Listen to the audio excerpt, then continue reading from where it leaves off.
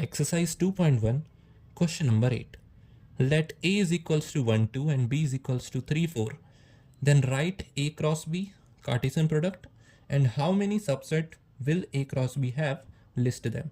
तो सबसे पहले हमें A और B का कार्टेशियन प्रोडक्ट फाइंड करना है और फिर उस कार्टेशियन प्रोडक्ट्स के कितने सबसेट्स पॉसिबल हैं ये हमें फाइंड करना है. तो सबसे पहले let's find the Cartesian product. A and B.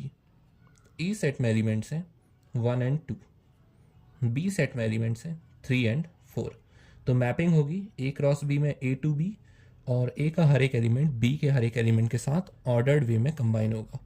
So A cross B.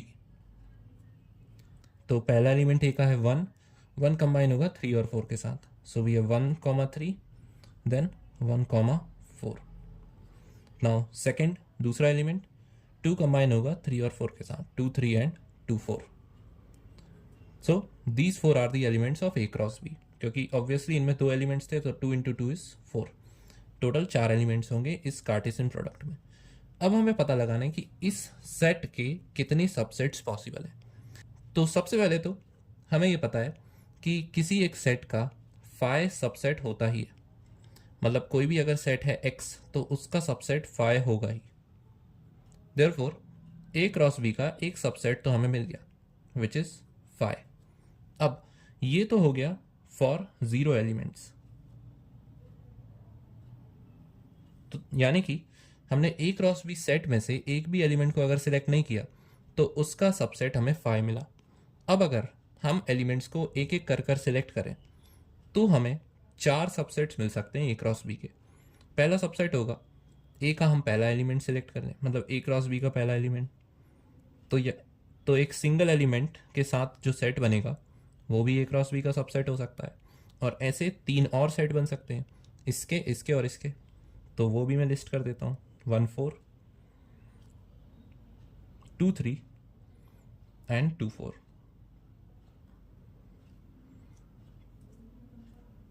ये चारों A क्रॉस B के सबसेट्स होंगे और ये चारों हैं फॉर 1 एलिमेंट. अब फॉर 0 एलिमेंट्स तो हमारे पास फाई था. एक एलिमेंट के लिए हमारे पास 4 सबसेट्स आए. और अगर हम एलिमेंट्स को दो दो कर सिलेक्ट करें जितनी भी पॉसिबल कॉम्बिनेशंस हैं तो फिर उसमें कितने सबसेट्स पॉसिबल हैं. जैसे कि अगर मैं सिर्फ इसको देखूं और इसके साथ इन तीनों को कंबाइन करूं तो या तो इसके साथ ये कंबाइन हो सकता है, या तो इसके साथ ये कंबाइन हो सकता है, या फिर इसके साथ ये कंबाइन हो सकता है. तो 1 और 3, 1,3 के साथ 3 पॉसिबिलिटीज़ हैं. वैसे ही अगर मैं इन 3 पॉसिबिलिटीज़ के बाद 1,4 को कंबाइन करूं तो उसके साथ या तो ये हो सकता है या तो ये हो सकता है. इसकी 2 पॉसिबिलिटीज़ हैं. और फिर 2,3 के साथ सिर्फ सिंगल पॉसिबिलिटी है विच इज़ 2,4. यानी कि इसके लिए 3, सो 3 हो गई. इसके लिए 2, सो 3 + 2 5. और इसके लिए 1, तो 6 पॉसिबिलिटीज़. तो अगर मैं उन 6 पॉसिबिलिटीज़ को लिस्ट करूं, so firstly we will combine 1,3 with 1,4. तो ये हो गया एक element. Then we will combine 1,3 with 2,3. Then we will combine 1,3 with 2,4. ये 1,3 के लिए हो गया. अब 1,4 हमने पीछे 1,3 के साथ क्यों नहीं कंबाइन किया? क्योंकि ये ऑलरेडी हो चुका है. सेट में एलिमेंट्स का ऑर्डर मैटर नहीं करता. अगर मैं यहाँ 1,3 लिखता तो वो सेम होता, इसलिए मैं आगे वाली एलिमेंट के साथ इसे कंबाइन कर रहा हूँ. So this would be 2,3 then 1,4 with 2,4. 1,4 के भी कॉम्बिनेशंस हो गए. Then we have 2,3 and 2,4. तो अगर हम 2 एलिमेंट्स को सिलेक्ट करें for 2 elements, so we have the 6 possibilities. अब अगर मैं 3 एलिमेंट्स को सिलेक्ट करूं तो क्या पॉसिबिलिटीज हो सकती हैं? अब मैं इस सेट को दोबारा यहाँ पे लिख देता हूँ क्योंकि यहाँ पे तो 2 एलिमेंट्स के लिए मैंने एरोज बनाए थे. सो 1, 3, 1, 4, 2, 3 एंड 2, 4. अब 3 एलिमेंट्स को हमें एक साथ सिलेक्ट करना है.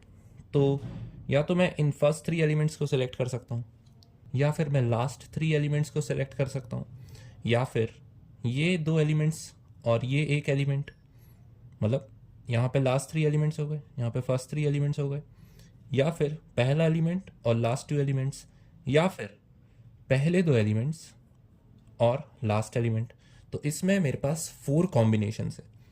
तो अगर मैं इसे लिखूं 1 3 1 4 एंड 2 3, ये हो गए फर्स्ट 3 एलिमेंट्स। नाउ 1 3 2 3 एंड 2 4, ये हो गया पहला एलिमेंट और लास्ट 2 एलिमेंट्स। अब पहले एलिमेंट के साथ कॉम्बिनेशंस हो गए, इसके अलावा कोई कॉम्बिनेशंस पॉसिबल नहीं, एक कॉम्बिनेशन पॉसिबल है, पहले एलिमेंट के साथ दूसरा एलिमेंट लिखूं और उसके साथ लास्ट एलिमेंट। सो ये हो जाएगा 1 3 1 4 and 2 4।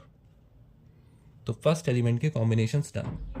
Now second 1 4 2 3 and 2 4।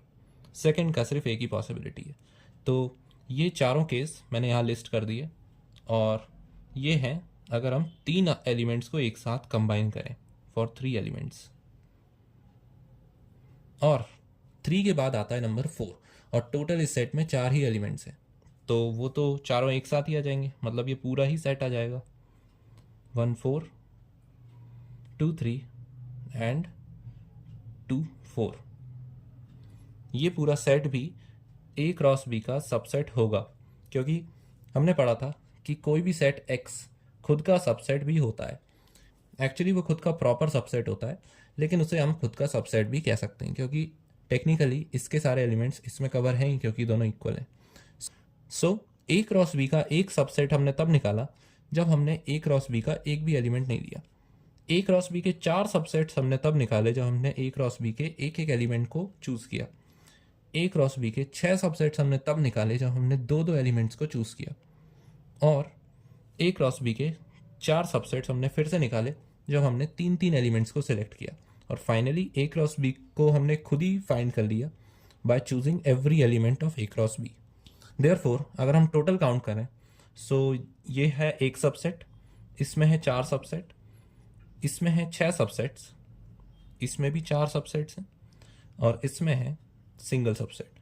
So total अगर हम काउंट करें 10 15 and 16, total we have 16 subsets of A cross B। वैसे ये वाला क्वेश्चन हम तब और अच्छे से समझ पाएंगे जब हम परम्यूटेशन और कॉम्बिनेशन चैप्टर को पढ़ लेंगे, but for now our answer is 16 for how many subsets of A cross B will have. So this is the answer for our given question.